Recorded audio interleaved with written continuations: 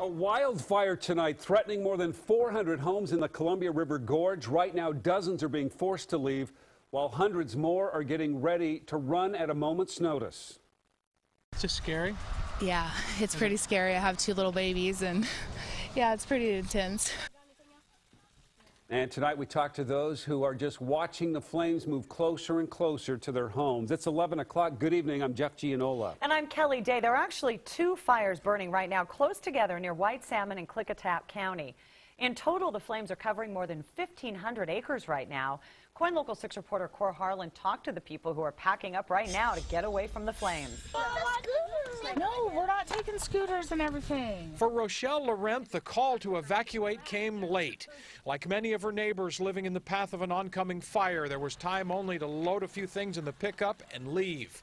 Trying to grab everything like really sentimental, mostly just my pictures. Everything else is replaceable, so my kids' pictures is mostly all we're getting. Rochelle and many of her neighbors living on Snowden Road north of White Salmon watched the fire blast through the treetops just a couple of miles away as smoke from the blaze drifted over their homes. Definitely very close. I mean, like minutes away. It's been burning. We were watching the trees burn up by seconds. We are close enough to the fire on Snowden Road to hear the clank of bulldozer blades and the whir of chainsaws behind us. Fire's about a mile away from here, and 150 homes on this road are now under a mandatory evacuation. Earlier, planes hit the front edge of the blaze with retardant drops. And as the sun went down, Dorothy Brown and her daughter Laura Moran, also in the mandatory evacuation zone, kept a close eye on the treetops as the flames rolled toward their property. I'm going to be awake most of the evening and probably stay awake until I fall asleep.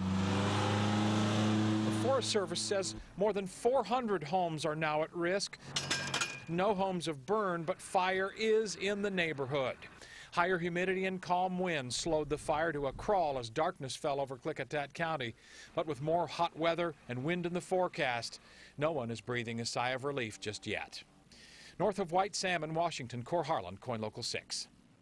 Thank you, Cor. Okay, Bruce standing by. What are the conditions in that fire scene, Bruce? Well, you know, the winds are dying down. They were breezy earlier, but I want to show you a brand new image just in to news@koin.com. Thanks to Amy who sent this in. Look at this. Some of the ridge tops. You can see all the flames. There's a big area of trees going up, and the little lights you see here, those are the areas that have already burned this hillside and kind of the embers left burning behind the wildfire. Now, before the sun went down, we could see the flames coming very close to homes like the one nestled right there in the tree. And, of course, the fire protection crews out there trying to protect the structures and the power lines for that area. So a lot of action going on. Now, earlier tonight, we had wind gusts of 15 to 30 miles an hour.